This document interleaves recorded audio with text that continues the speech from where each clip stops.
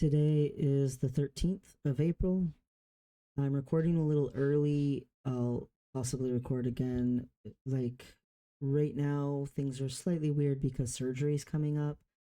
Today is 10 days before surgery. I last week had three appointments preparing for surgery. I had a call with anesthesiology, and that looks like it's going to be great, go well, all of that. Pretty much the same as before. Cool. Uh, I also had to do an appointment last week for my very last final electrolysis because my arm has to be healed up for surgery and everything. And that was very strange feeling to be like, holy crap, I've been getting electrocuted uh, in my arm for so long, and this is the last time. I don't have to do this anymore.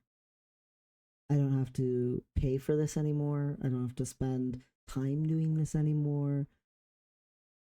I don't have to deal with the discomfort of it anymore. And that was very mind blowing to think about that I don't have to do electrolysis anymore. I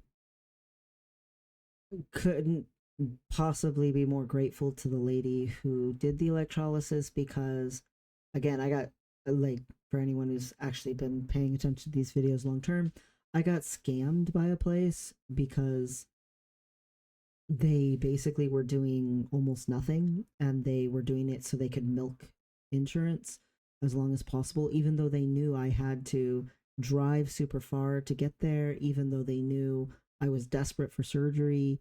And why they scammed out a year and a half of my life. So that sucked real bad. And then here's this person and they got it done. And I can't thank them enough for actually making it so I can get to surgery. That's deeply appreciated. Also, I had an appointment last week with my microsurgeon, and I was going to have a different microsurgeon who usually works with my surgeon, and my surgeon's still the same, but my microsurgeon is now this different person because the usual microsurgeon wasn't available. And when I met him, the microsurgeon, he was like, "Yeah, if you want, I can do this, this, and this." And I was like, "That's what I wanted." And he was like, "Oh, well, this other microsurgeon, they couldn't do that, but I can." And I was like, "Why wasn't I with you?" And he was like, "Oh, I'm almost never available. I just happened to be available this time." And I was like, "So basically, I got really lucky." And he was like, "Yeah, I guess we could look at it that way." So, um, I always wanted microsurgery. That was always very important to me because sensation is important to me. Because of what was done to me when I was little, I have all these nerves under the skin, and I wanted them to be able to be attached to the shaft that's being formed. And the previous microsurgeon could only do that with taking the blood vessel from my arm and attaching the nerves down into my thigh, and it would create an extra scar on my thigh, and it would attach to only one blood vessel down there, and the nerves and stuff would basically partially go down into my thigh, and this will be into my groin, which is what I wanted in the first place. I wanted it to be that when I feel, sensation, that it's not just in the shaft, but also I can still feel it somewhat down inside my groin area. Because the thing is, I already experience like sensation in kind of that way where it's down underneath. So the other thing is there'll be two blood vessel attachments, and there'll be more nerve endings connecting, and there'll be not the big long, well, not that long, but the scar going down onto my thigh. That won't happen. It'll use the same scar that would have been there anyway from cutting me open to attach the shaft. So, one less scar and way better. And he's going to have these little wires going up to test for activity and make sure that everything's connected the way it should be and acting the way it should be and everything while I'm in the hospital, which I'm like, yay. So that was very good news. That was exciting news. That was helpful news. Um, so yeah, I'm kind of thrilled that my microsurgeon got changed. They did do a test on me to make sure I'm not on any narcotics, no nicotine, nothing like that. I'm not, so I wasn't worried about that. Except I did think it was going to be a blood test and it ended up being a pee test, but whatever. It didn't matter what kind of test it was because I'm not on any of that kind of stuff, so whatever. For the surgery, I also have been trying to get more stabilized and things clean and organized and blah blah blah. It's a lot. And of course, my roommate saved a bunch of stuff for the last minute, so that's a lot. And I'm trying my best, but yeah, it's pretty stressful. And I'm trying to get my stress down. And then, there was the stress from the whole investigation stuff, and things are just like, it's been a lot. And on top of that, I have been trying each weekend to go spend time with my nephews and some friends and stuff like that. And this past weekend, I went somewhere with, family and a friend, and my father was there. And the weekend before that, for like Easter celebrations and stuff, my father was there. And I brought friends, and some of them were trans. And so I told him straight up, look, I would like you to please not misgender people and to treat them with respect. And if you can do that, I will be very proud of you. And if you can't do that, that will be extremely rude and not acceptable. So he was. During the Easter event, he did not misgender my trans friend who was there. He was very polite to both the trans and the gay person that I brought, and just my friend in general as well, who's a bisexual. But you know, I didn't tell him that. But the point is he was polite. He was nice to people. He did not misgender people. And everybody said, "Oh wow, he did such a good job." So yay, he was more polite and stuff. Well, this past weekend we go to this cute little German village, and but not in Germany, here in the U.S. And he and a friend of mine who doesn't know a ton about me being intersex and stuff that much. He knows I'm about to have a surgery, but he doesn't know like exactly what for and stuff. Well, my father starts saying, "Oh, I want to buy you two lunch because you're helping me walk." Because my father is very old and struggles with stability and walking. And so my friend was like, "Oh, yay, lunch." And he's like, "Yeah, I'm going to buy lunch for you and dead name, me."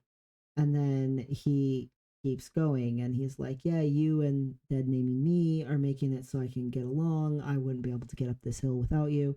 And I'm like, "That person's not here, Dad. I'm Rain, and that's my friend, such and such. Whoever you're talking about isn't here. I think you're just being old and misremembering things because that's no one's name who's here." And he was like, "Oh, well, I guess I'm just old, maybe old fashioned. That's the name I named you. So that's the name that came to mind." And I saw my friend kind of give me a side eye glance, but that was like, whatever. He went back to trying my father and trying to not misgender and say wrong things and stuff. But then later, he called my grandmother. And my grandmother has like fully disowned and disinherited me, like completely. And so, like, I have like been completely dropped out of like all my relatives, everybody, like just dropped completely. And last summer, she would not let me see her when I went to visit and everything. And there was the big giant family reunion for her birthday and stuff. Like she wouldn't even have like breakfast with me alone, like nothing. She's pretty close to her deathbed, right? So he's on the phone with her on voice chat, and I said something to him in passing, and she said, "Oh, hello, my brother's name." She mistook my voice for my brother's. So I said, "Oh no, grandma, this is me." And she said, "Oh, well, you know I'm not calling you that, right?" And I said, "Well, you can just say hello, grandchild." And she said, "No, no, actually, I cannot do that. I will not be doing that.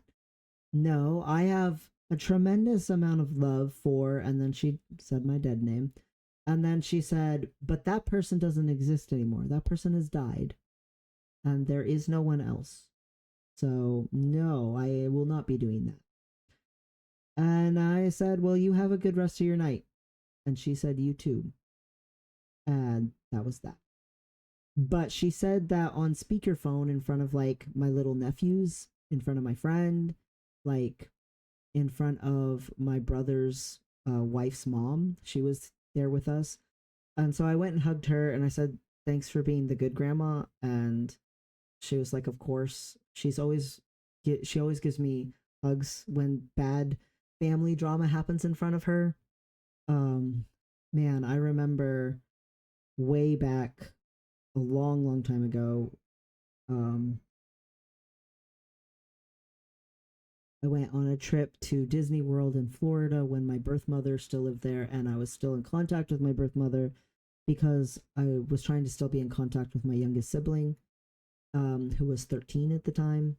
And we went to Disney World and Universal Studios and to the beach and a bunch of stuff in Florida.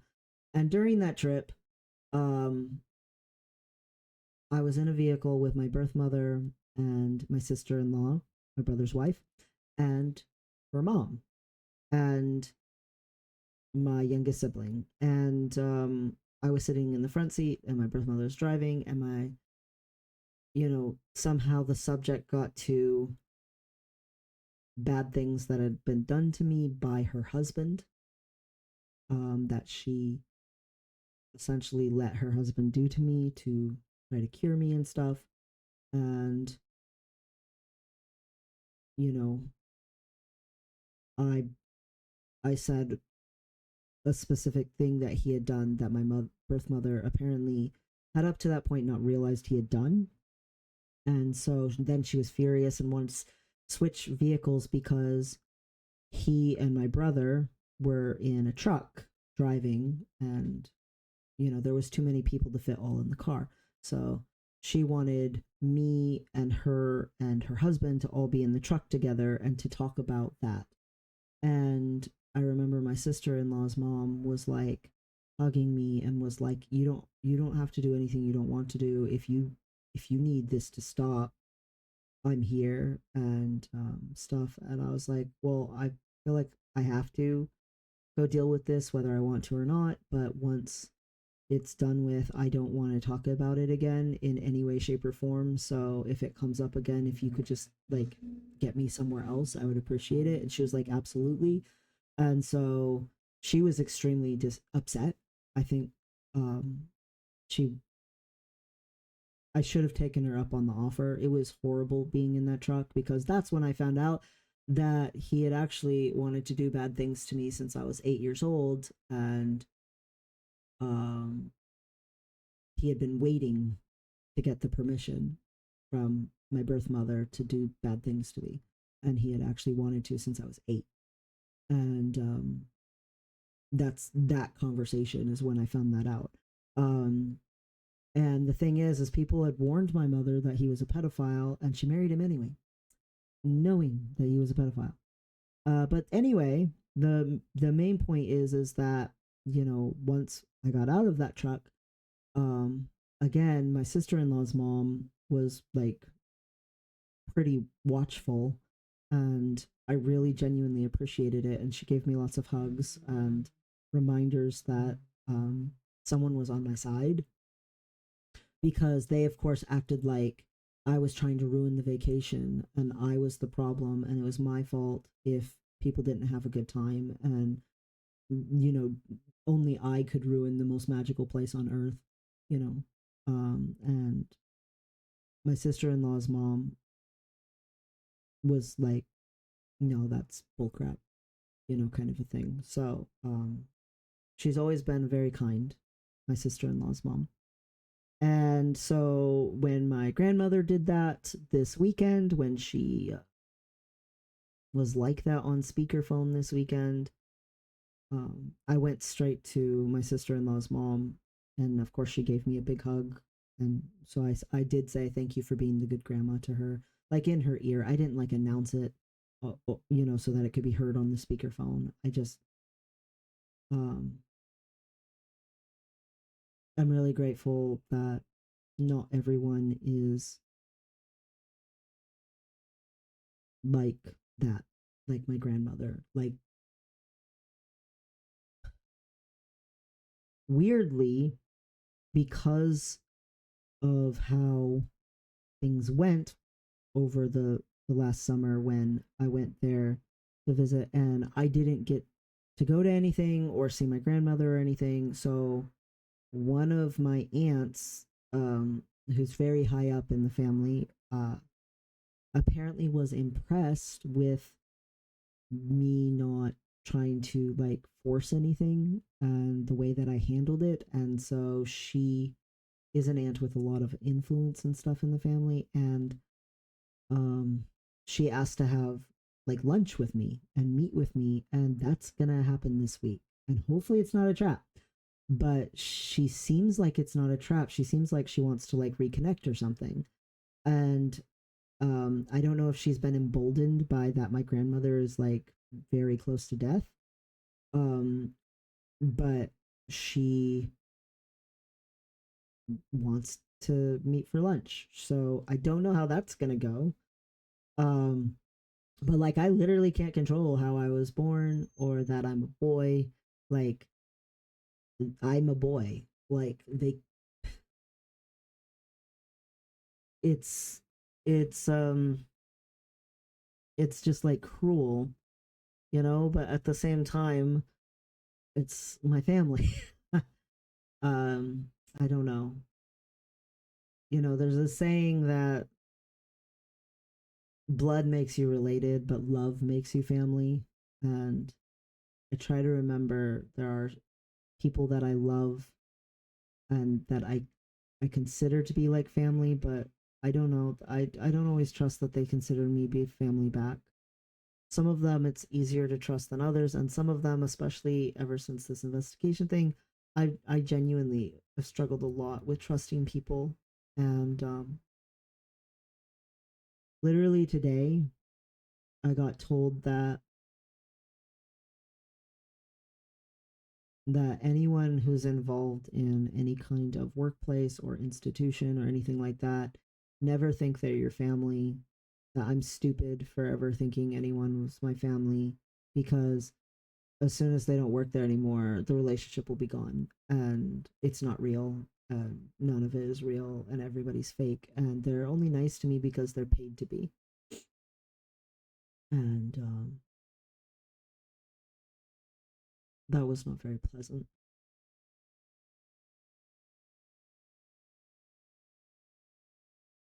I am a very real person and I love people in real ways, and they don't always be real back.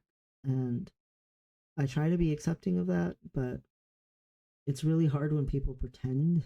That's the worst. If people just be upfront, it helps a lot, but unfortunately, people aren't.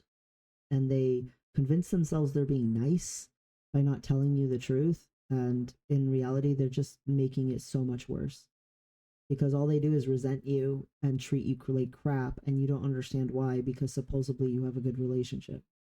So if you ever think you're being polite or being nice to someone by making a white lie, as it were, that oh yeah, you guys are as close as that person thinks, you're not actually being nice. You're not actually telling a white lie. You're letting pressure build up under the surface for a long time until it explodes and damages them egregiously. So please don't do that to people. Um, I need to somehow get really focused on surgery. I keep trying to convince my nervous system that, hey, surgery is almost here. It's really, this is for real. This is like, man, it is hard to somehow get my subconscious to be in alignment with my consciousness that says, right here, right here. It's coming. You know, how do you get that into the rest of you? I'm worried that I'm gonna be like in the vehicle driving to the hospital, still trying to convince myself to like just be so focused on surgery. But for this surgery, I will be getting there at 6 a.m. check-in time, and then the surgery itself is super long. I will be in the hospital for fully a week. Right before I leave the hospital, they'll do another little mini surgery on me to pull out like the catheter and stuff and make sure the wires are pulled out, that they're using to test for sensitivity and stuff. Oh, they said when I get out of surgery, once an hour, every hour, the nurses are going to come wake me up and check my, phallus. And I'm like, oh my God, usually I recover by sleeping, and they're going to be every single hour on the hour for 24 hours, like waking me up. I'm like, oh, dang it. So much for getting good sleep. Um, well, I guess I probably wouldn't have anyway for the pain, but whatever. My whole arm's gonna be wrapped in this giant like bubble, and then my phallus is gonna be in this like tripod thing made out of like a cloud of gauze, and they have to keep checking everything and stuff. And I'm gonna be like that for like a week, like a full week, just straight up in the hospital. And then once they do the little mini surgery thing, I go pee by myself for the first time, and then they send me home for a little bit.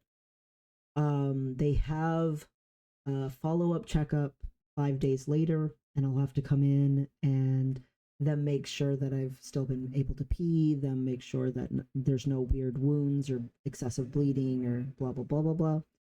And then um, on May 29th, so the surgery itself will be on April 23rd, and then on May 29th will be skin graft surgery to take a little bit of the skin off of my left thigh and put it on my left arm to help with healing and all that kind of stuff. And then, double check everything while they're looking at stuff anyway. And I'll be under for that surgery. And the entire time from when I go home all the way through that surgery, I'm not allowed to be at more than a 30-degree angle at any time.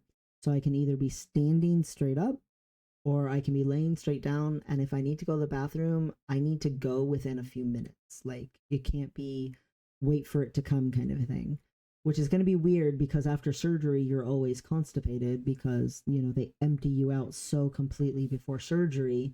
It takes a little bit for your digestive tract to get back to working and, the way it used to. So that's going to be real interesting. But it's survivable. The biggest thing is I was planning on the skin graft surgery being like 2 weeks after my leaving the hospital, and it's not. So I'm like, oh, this pushes it back a little further, and I'm a little worried that I'm not going to be as recovered as I would like to be by mid-June when commencement is, and I have a bunch of friends who are graduating, and also, classes will be starting up for summer and stuff like that. And I'm like, crap, this might throw like a wrench in things that I was hoping would go differently. And this is all if there's no complications, which I've always had complications, as anyone who has ever watched these videos long term knows. I tend to have complications because I'm just a little weird. I was born a little weird. So this whole situation is a little like, oh goodness. But what do? You do the best you can as you can. So hopefully everything will work out fine. I was really hoping that I would be spending the summer doing a couple of online classes and exercising and maybe a little physical therapy. And maybe that'll happen, maybe not. Don't know, but that's still the goal.